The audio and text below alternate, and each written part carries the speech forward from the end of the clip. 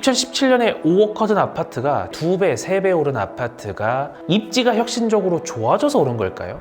집값을 밀어올릴 에너지가 다시 충전된다는 소리이며 문제는 중심지가 아니라 안녕하세요, 오므림장입니다. 자, 최근에 나온 이 소식을 주목해주세요. 바로 내년에도 적극 재정을 펼치면서 그 예산안이 무려 800조에 육박할 거라는 기사인데요. 여러분들 요즘 정부 정책 스타일 아시죠? 언론 기사로 이렇게 나온 거니까 그냥 쓱 보고 넘어간다? 아니요. 아마 여론을 보고 별 무리가 없을 것 같다 싶으면 800조 편성 혹은 그 이상도 갈 겁니다. 물론 예산을 많이 편성하고 쓴다는 게 꼭 나쁜 것만은 아닙니다. 돈을 실제로 써야 할 곳엔 써야죠. 그게 국가의 의무이자 책임이고요. 다만 오늘 제가 영상에서 말씀드리고 싶은 건 그래서 슈퍼 예산이 우리 집값에 무슨 영향을 끼치냐 이겁니다.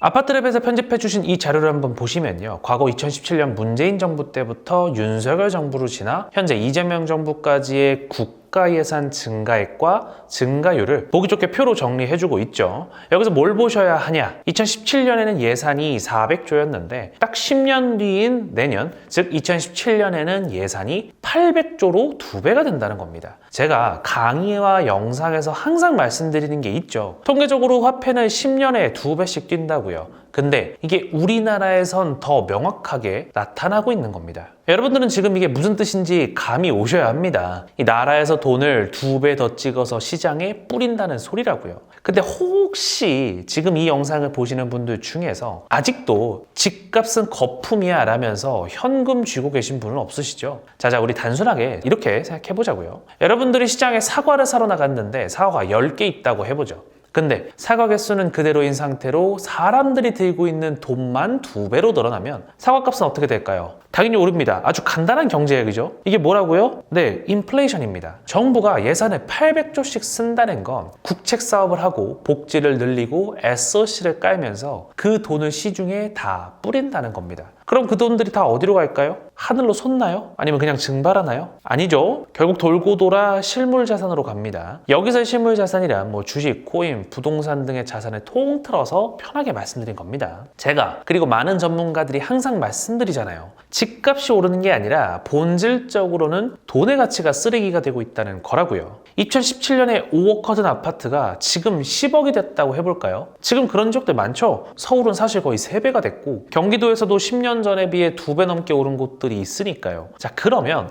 이 경우에 그렇게 2배, 3배 오른 아파트가 입지가 혁신적으로 좋아져서 오른 걸까요? 아니면 아파트의 금치를 새롭게 해서 올랐나요? 아니죠. 그냥 5억이라는 가치를 표현하기 위해 필요한 종잇돈의 양이 2배로 늘어난 것 뿐이라니까요. 예산 800조 시대는 이 속도를 더 빠른, 즉 광속으로 끌어올릴 겁니다. 지금까지는 깨닫지 못하셨다면 이제는 아셔야 돼요. 현금, 특히 원화는 삭제될 거라는 걸요. 자, 여기서부터 이번 영상의 핵심입니다. 짧지만 강하니까 꼭 집중해주세요. 과거 17년부터 예산 상승률을 보면 2017년 3.6%, 2018년 7.1%, 2019년 9.5%, 2020년 9.1%, 2021년 8.9%로 문재인 정권 당시 예산 상승률은 평균 7.64%라고 할 수 있고 특히 후반기 2019년부터 2021년은 거의 9.17%의 평균 상승률을 보이고 있죠. 근데 이 시기에 부동산이 폭등했다는 건 알고 계시죠? 반대로 2012년부터 2015년의 윤석열 정부 시기를 보면 평균 예산 상승률은 4.82%로 정권에 막 빠진 2013년부터 2015년엔 3.47%의 평균 상승률을 보이고 있죠. 자, 그러면 지금은 어떨까요?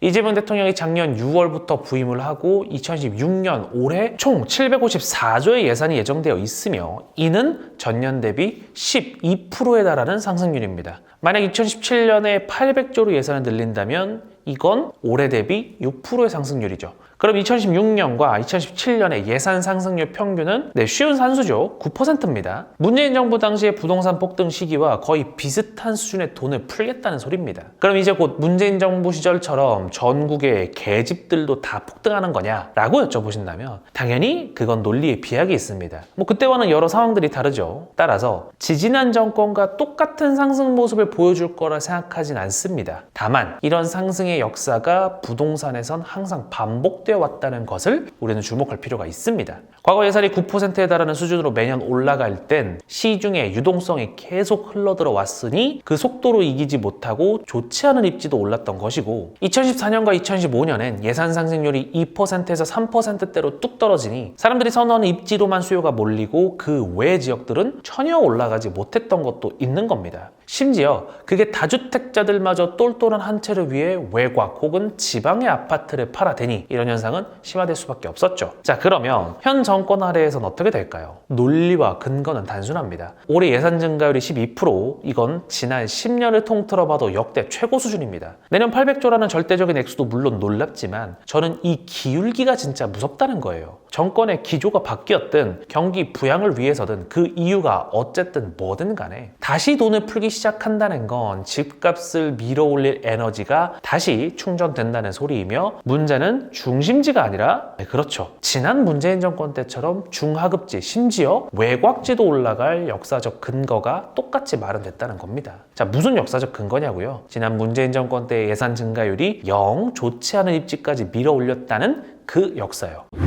자, 이제 영상을 여기까지 보셨다면 여러분들도 감이 오시죠? 많은 분들이 에이 그래도 수도권 외곽은 안 돼, 뭐 지방은 끝났어 라고 하실 때 저는 돈이 풀리는 숫자에 주목을 한 겁니다. 뭐 기억하시는 분들이 계실 겁니다. 지난 문재인 정부 시절 강남과 주요 입지가 먼저 치고 나가니까 서울만 오른다고 다들 손 놓고 있을 때 결국 그 넘치는 유동성이 수도권 외곽과 지방의 수도시까지 다 밀어올렸던 그 역사를요. 그 역사가 또 반복될 조건이 맞아 떨어지고 있는 게 바로 지금입니다. 여기서 그 조건은 풀리는 돈이요. 이건 아실에서 보실 수 있는 경기도 아파트의 평균 매매지수 그래프죠. 2017년부터 슬슬 시동 걸다가 2021년까지 미친 듯이 폭등하는 걸 보실 수 있습니다. 물론 이게 지수 그래프이기 때문에 이게 실거래가를 다 반영하는 것도 아니고 경기도 평균이기 때문에 선호 지역은 더 오르고 비선호 지역은 덜 오르고 하는 그런 문제는 있겠죠. 하지만 바꿔 말하면 이게 평균이고 지수이기 때문에 이 정도 그래프의 상승폭을 보여준다는 게 얼마나 통계상 무서운 것인지도 여러분들이 아셔야 합니다. 제가 지금 뭐 당장 개집이라도 가서 사라고 부추기는 게 아닙니다. 다시 한번 말씀드리지만 그때와 지금은 금리 상황도 다르고 대출 여건도 다르죠. 하지만 돈이 녹아내리는 속도만큼은 그때보다 더 빠르면 빨랐지 결코 느리지는 않다는 걸 명심하셔야 합니다. 자, 마지막으로 말씀드리겠습니다. 숫자는 거짓말을 하지 않습니다. 예산 증가율이 2, 3%일 때의 부동산 시장과 9에서 12%일 때의 시장은 완전히 다른 양상을 보일 겁니다. 지금이요? 이미 시작했어요. 당장 이 유동성이 어디로 먼저 튈지 그리고